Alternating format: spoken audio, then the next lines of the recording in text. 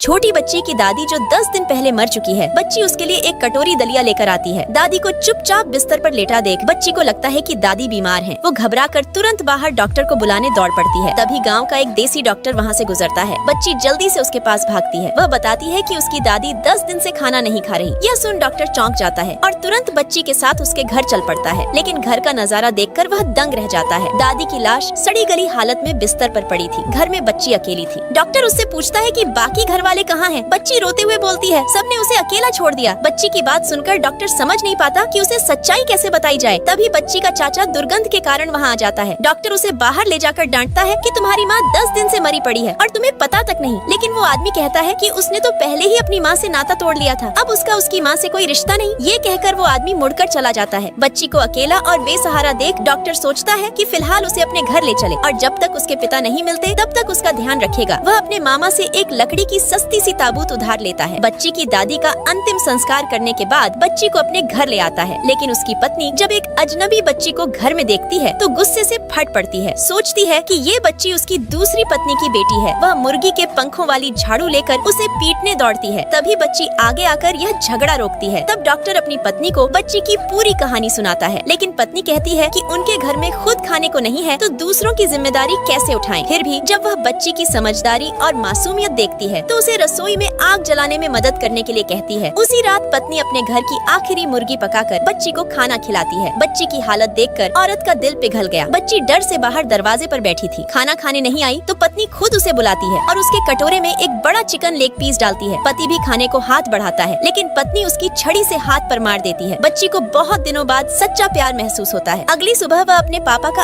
आखिरी दिया हुआ सम्मान पदक डॉक्टर को देती है और डॉक्टर वादा करता है कि वह उसके पापा को ढूंढ निकालेगा। पार्ट 2 देखने के लिए कमेंट करें।